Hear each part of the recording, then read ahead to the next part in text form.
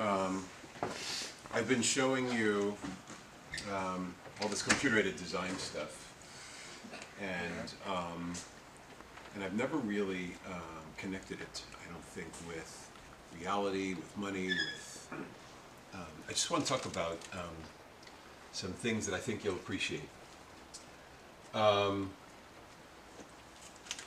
Creativity is incredibly important to me because if you have a vision of where you can go, if you have a vision of where you're going, then you can plot a course there. Creativity is what we do when we draw a picture or we carve something or whatever. People think of creativity when they're doing artwork, and people undervalue artwork. How many art classes have you had in high school? One. How many math classes have you had in high school? I think we have lots of math, lots of reading, right? History. But art, they're like, what's that, drawing pictures? No! Art is what happens. Creativity is the process that you use to get from point A to point B. That's incredibly powerful. So I was very lucky in life. I had some fantastic parents who said, Steve, creativity is really important. So I went to engineering school, started my own business, etc., etc. And now I live a life that I really enjoy. And I realize that it's all because of the ability to have a vision of where I want to go. And then the confidence and the wherewithal to put together little bits and pieces of stuff that get me there. That's the process. That's the creative process. In the creative process, you've got to try a lot of stuff, and you have to make mistakes. And if you don't make mistakes, and if you are very averse and scared of making mistakes, you can't try anything new. And the whole thing about creativity is you're trying something new. Lots of times you're trying to do stuff that no one's ever done before. And that is very, very exciting if you've been inculcated with this idea that creativity is important and creativity will get you from point A to point B. You may be happy where you are, but usually in the course of human nature, wherever you are, it's like then you want a little bit more. That's what humans are like. So even in my position, which is really quite nice in many, many measures, I still want to get further. I want to do things that have an impact. I want to do things that will enable lots more folks to be happy and well-adjusted. That's my goal, right? I have enough. But when I work with you folks, when I work with other people, especially young folks, to me, what I'm doing, what I'm hopefully doing, is giving you something that will bring you joy for now and later. Giving you something that you can give to others. And I've had the most fantastic teachers in my life who've given me bits and pieces of stuff that I use to this day. And that's kind of what I want to do. So anyway, there's my preamble. Well, how's it work? Well, I want to show you this project because this is a project that I'm doing now. I'm doing this project just for the fun of it. It has no monetary value whatsoever. It's just fun. So I've got this device that I'm putting together, and I'm calling it Birth of the World. It's a sculpture. It's a kinetic sculpture. And I made this piece of geometry that's going to open up in 3 parts, and it's going to release an orb that comes down into like an environment.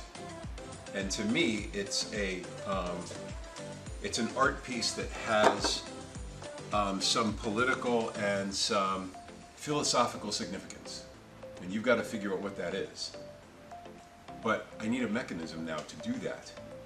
And I'm going to show you some of the elements of making that mechanism. Now,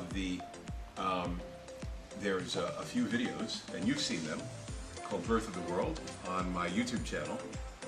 And it shows how I use the lathe and my saws back there and so on and so forth, and how we made this piece. These 3 pieces. It's actually not that hard. And now I've got to make the pieces that are required to open this thing and close this thing. So I'm using all of those CAD skills that I've been teaching you forever to do this.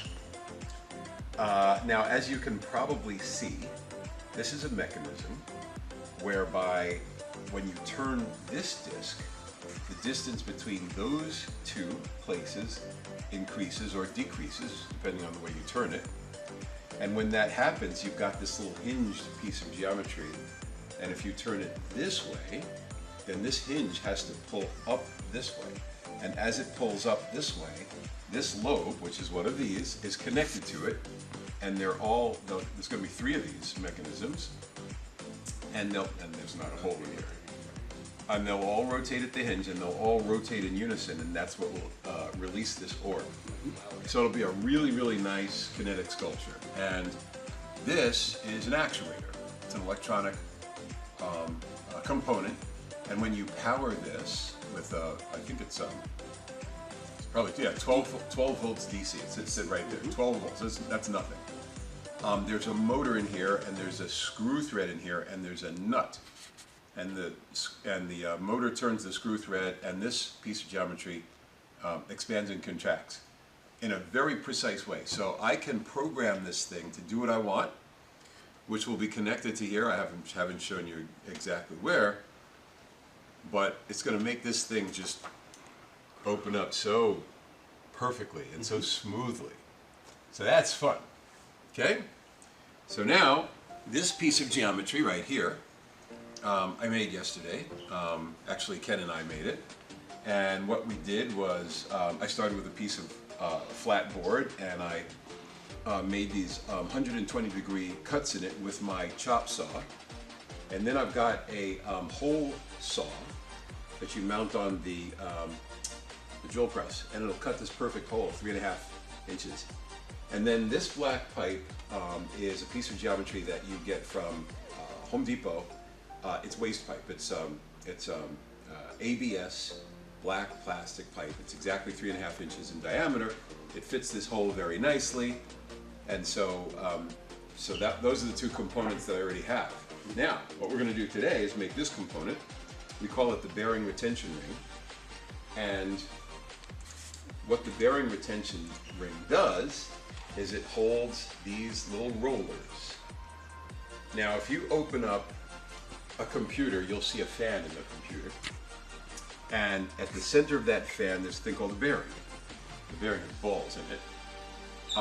And the bearing totally reduces the friction of a turning object. So in that drill right there, and in lots of other things, there's bearings. There's bearings everywhere you look. There's millions and billions of bearings all over the place. And we're going to build one. Now, we can purchase one from McMaster Car. We can literally purchase these roller bearings. These roller bearings, these components is the word I'm looking for. I don't see your moment there.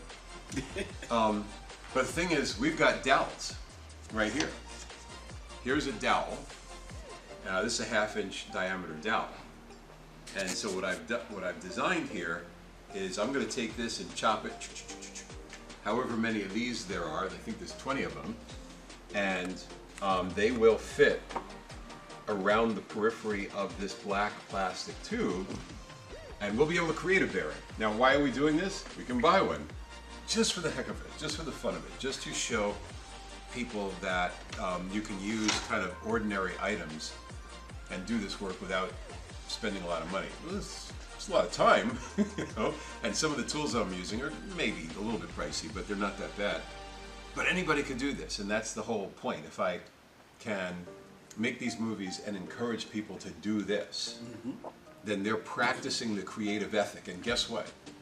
Once you practice that creative ethic, once you make it part of kind of your psyche, and anybody could do it. You don't have to be born doing this. You don't have to be born a creative person.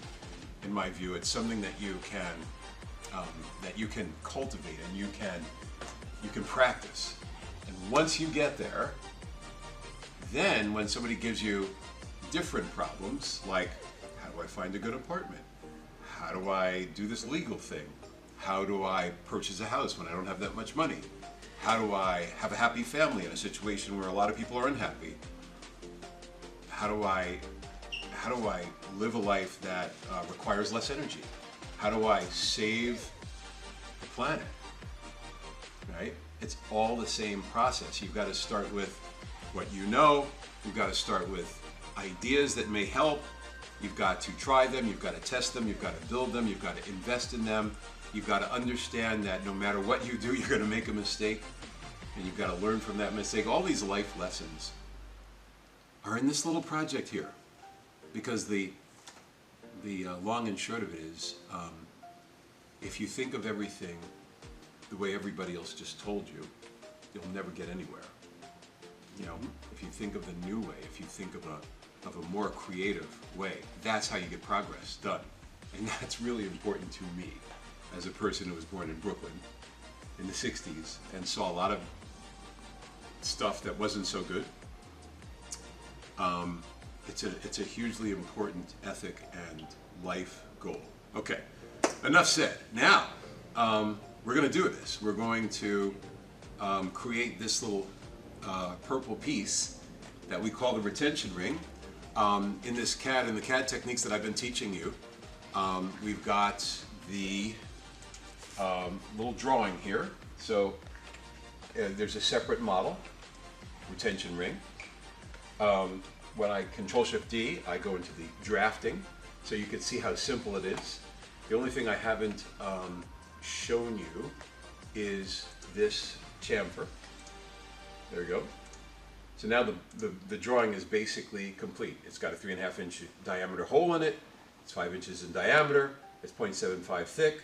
It's got this nice little chamfer on it, and young Ken over there is going to make it while we do some work in the lab. Okay. We can so simply say file print, and it should come out right there. And we'll take it into the shop and we'll make it. 5 inches in diameter. So I'm going to start off with a piece of geometry that's 5 inches by 5 inches. It will be square. It's going to end up being quite round. Actually, I'm going to do 5 1/8.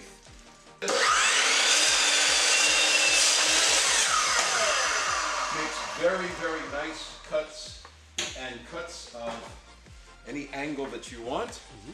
What to do now is mount. 37.8.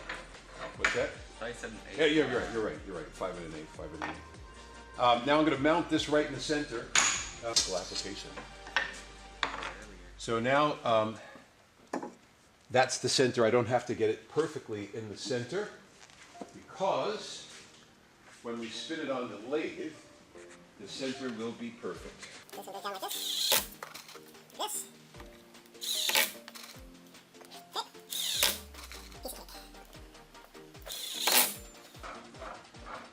Is I'm going to put it on the lathe. Cool.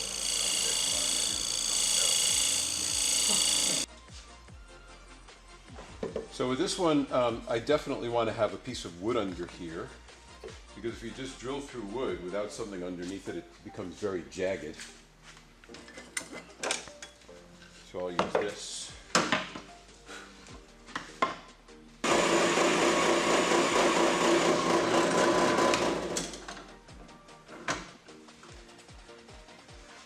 I didn't get it in the center. Bummer. How would we fix that? We got to make a new one.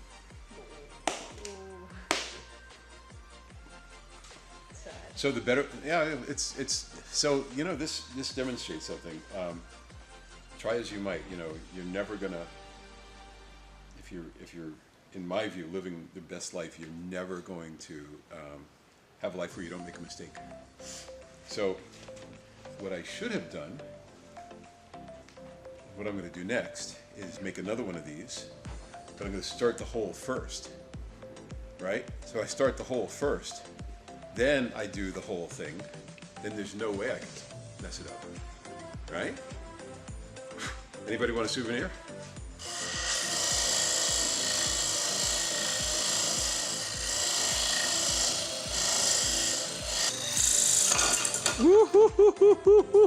Cool. It worked. It worked. It did work. Look at that. Look at that. Now, nice. that is awesome. Can we see it on the camera? There you go. Look at this. That's awesome. All right, and I'll clean it up with this sander here. It looks good, huh? Yeah, right there.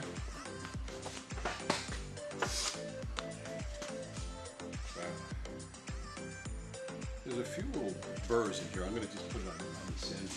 All right.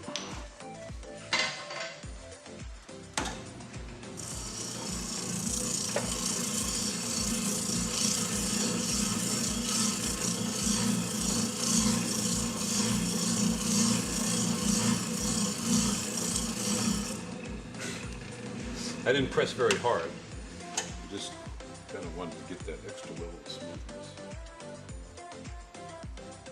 It's nice. Okay, so now this ring right here is what was made. And then we made another one, this one, with all the techniques that we learned from making this one. And then as you can see, I chopped 25 evenly spaced pieces of 1/2-inch dowel, and they fit down in here. So it's just like a roller bearing. And that's going to be wonderful. Just put this down here like this right now. And the way it all comes together, what we have here is this piece of geometry.